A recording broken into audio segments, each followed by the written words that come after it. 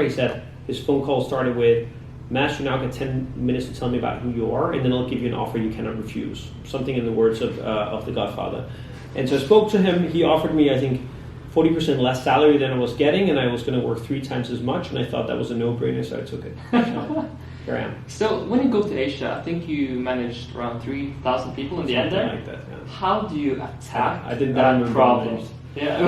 Look, it's very simple. I think people always think it's harder to manage 3,000 people than it is to manage 2. It's the other way around. It's much easier to manage many than it is to manage few.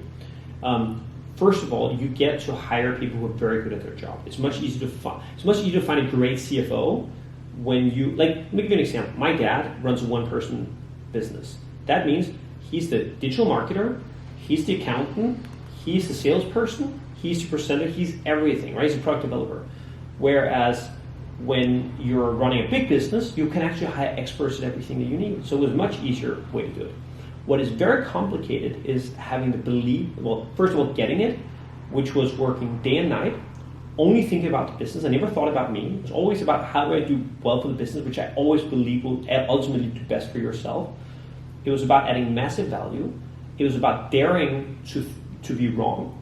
So I would sit in meetings with 20 people, 15 to 10 people, who are much smarter than I am, who are much more experienced, and I would dare to ask the questions. When everybody else were nodding and agreeing, I would dare to say, like, hey, I don't understand what's being said. And like, I found so often, and probably every time more or less, that other people also didn't, but they were just too afraid to say it. Or actually what they said didn't make sense.